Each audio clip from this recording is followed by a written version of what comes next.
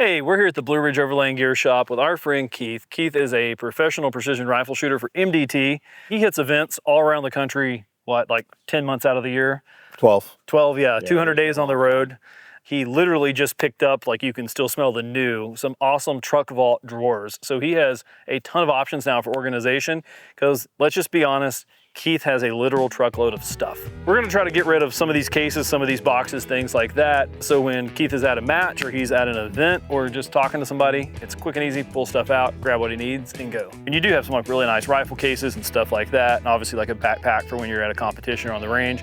But you also have like cardboard boxes, and I'm not gonna lie to you, we can definitely do you one better than a cardboard box. The worst thing about cardboard boxes, they don't really hold up in the rain. Yeah. And they only hold up for about 2 or 3 loadings. A box is good at holding stuff. One of my favorite things that we make are tote bags, because then you literally can open up that drawer, grab 2 handles, and everything that's in that box will fit like in one of our totes. Then we're also, I know you've got some like molly pouches and like ring gear and stuff. We've got some pretty cool solutions for that. And honestly, I think once we start digging into this stuff, we'll probably like have some ideas come to us. When we say you have a lot of space, it keeps coming and coming, like coming. Yeah. Right. This is a lot of room. So realistically, one, I'd like to keep my personal gear in, which is my match rifles and my ammo and what I need for the match. And the other one, I like to put all the loaner gear in. Personal gear, loaner gear. So loaner rifle's over here now. Let's go get some totes for all those like random loose things in your boxes and kind of see, because like a full tote won't fit in here, but like a lot will. Right. Quick run to the shop, we got your totes. Headrest, first aid kit, trauma kit, ripped off. We've got you a bunch of utility pouches in 4 and 6x12. Yeah. Not just necessarily the drawers, but like door cubbies, stuff like that. Okay. You have a lot of stuff in your cold weather rain gear box. So once again, color coded 12x12 mesh packing cubes. If you want to get really fancy, they actually have a spot for Velcro ID panels. And then 2 seat back panels and not quite enough stuff to outfit 2, maybe close. Fire extinguisher, or if you don't care about fire safety, it's a decent large water bottle pouch. Okay. And then 2 GP pouches for just bits and bobs, and then 2 medium GP pouches for bits and bobs. I think I have managed to get all of your timers and send it levels and Holy smoke. 2 bipods. Is that okay? Yes. All right. You have boxes, you keep putting more and more stuff in them. Yeah. And then you never know what's in the bottom.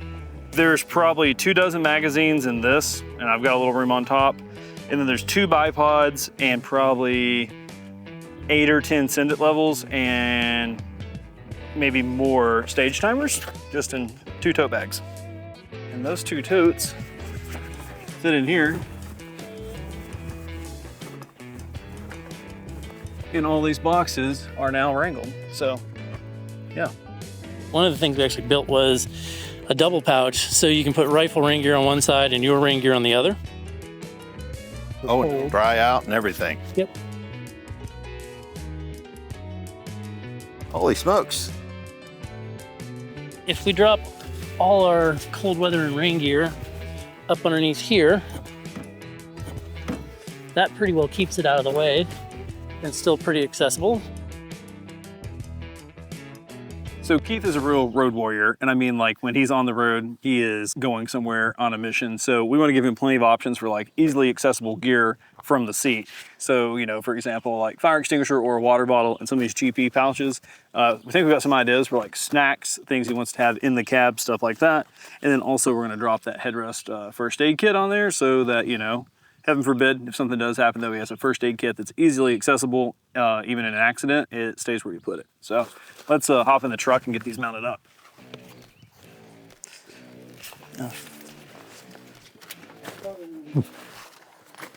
Got 2 medium GPs here that unzip from the left. So I think you'll be able to get to them pretty easily. Wow. Yeah. These just clip around here, down to here. That buckle's right below that pouch. So nice and snug against the seat. So if you got somebody back here or the floorboard, but you got some options. And then also a Velcro field here for pouches, patches, what have you.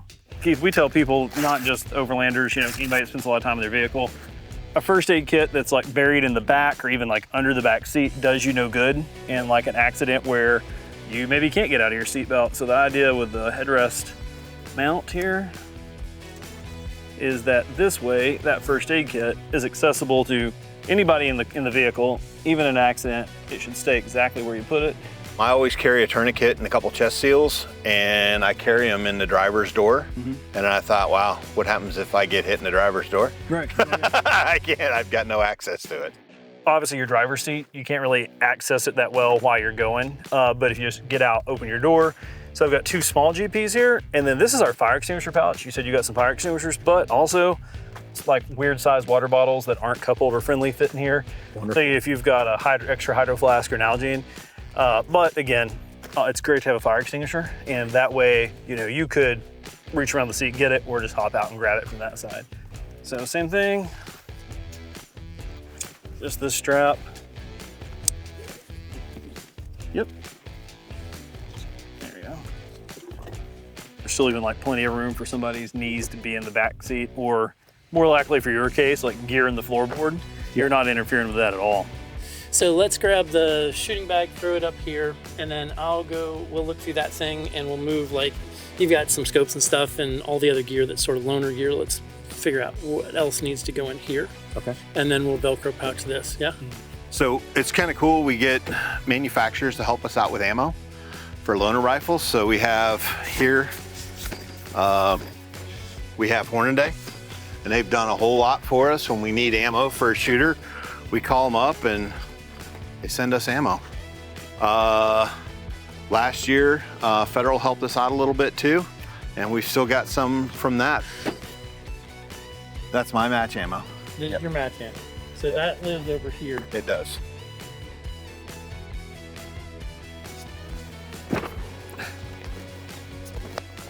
Yeah, so that's what I was hoping, is this guy would be almost flush with the top of that drawer. Keith, that was a lot of stuff, and honestly, I think like the challenge with drawers like that is that they're not subdivided, so they can just be a junk drawer if you're not careful really easily. But no, I think between your whole idea of like personal gear versus loaner gear, we got a pretty good system. Literally the back of that truck on top of those drawers was filled to the top. Yeah. No access to anything. Now I can slide everything else out. I have complete access to every piece of equipment. I can sort through it. I kind of know where it's at. The whole idea of that extra stuff was because I couldn't get to my stuff easily. Yeah. So I just kept adding more and more. I'm like, oh, I don't know if I have enough of this. Take this. So that box will actually probably come out of here. Yeah. And I'll be more organized, and I know that I'll know where everything's at. I'm also really curious, because you are like, 2/3 of the year on the road, how you like some of the stuff we added to the cab, like the seat back panels and stuff like that. So the average match trip is generally 12 to 15 hours for me. Yeah. Right? So, and that's each way. Yeah. So I spend a lot of time, and the idea is to get in the seat and try not to leave it. Yeah. Because, and then, take it easy, get there close, and then take it easy the day before so you're fresh. Yeah. Well, hey, thanks for bringing the MDT truck out. We get to see you when you're coming through the area and everything, but it's rare that you've had time to come hang out at the shop and stuff like that. So yeah, thanks for bringing it by. Thank you very much. Thanks, Keith.